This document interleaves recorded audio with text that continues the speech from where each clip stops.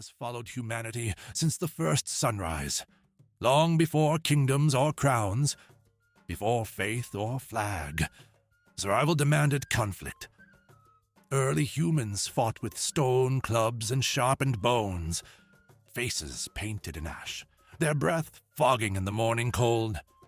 Violence was instinct, not ideology, chaos before civilization.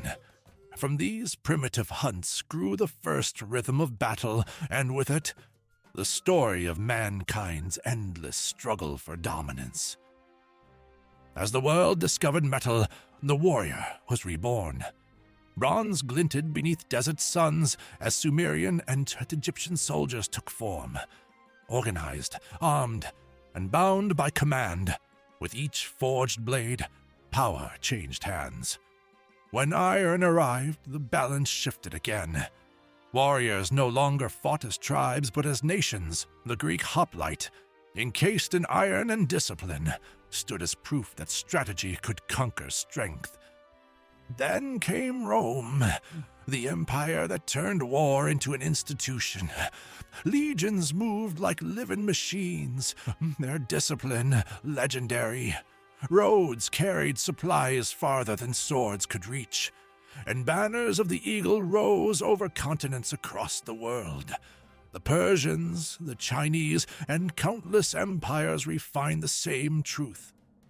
War rewards order, not chaos. When Rome fell, the world fractured. Feudal lords rose behind castle walls, and the knight became the symbol of power. Steel armor gleamed in dim sunlight, but it also trapped men in outdated codes. Religion shaped battlefields. The crusader fought not for land, but salvation. Yet every age builds its own undoing.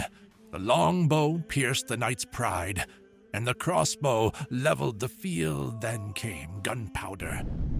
Gunpowder rewrote every rule. The flash of cannon fire erased the age of chivalry.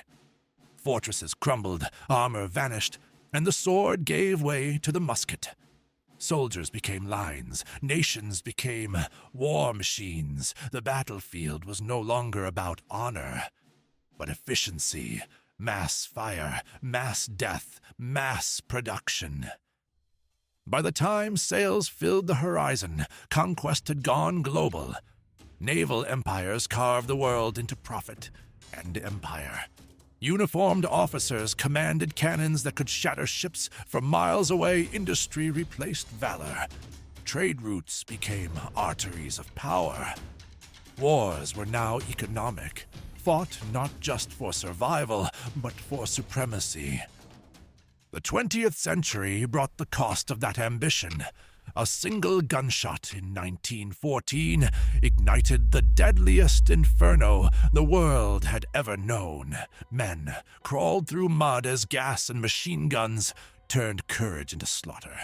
When it ended, nothing had changed, only evolved.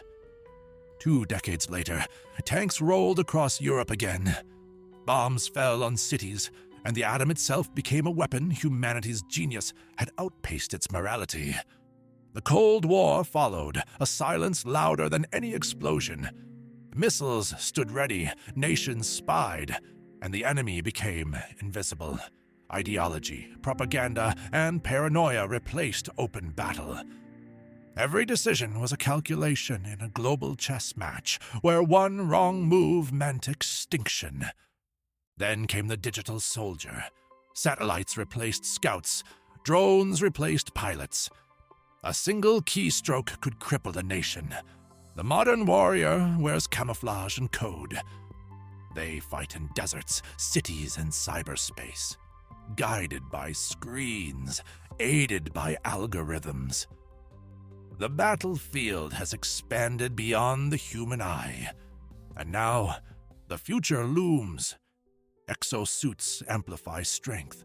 Machines think faster than generals, and wars may soon be fought without soldiers at all. Artificial intelligence, quantum surveillance, orbital defense.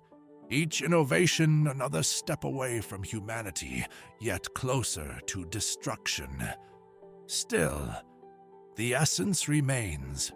War feeds on pride, fear, and the illusion of control. It adapts, evolves, but never disappears.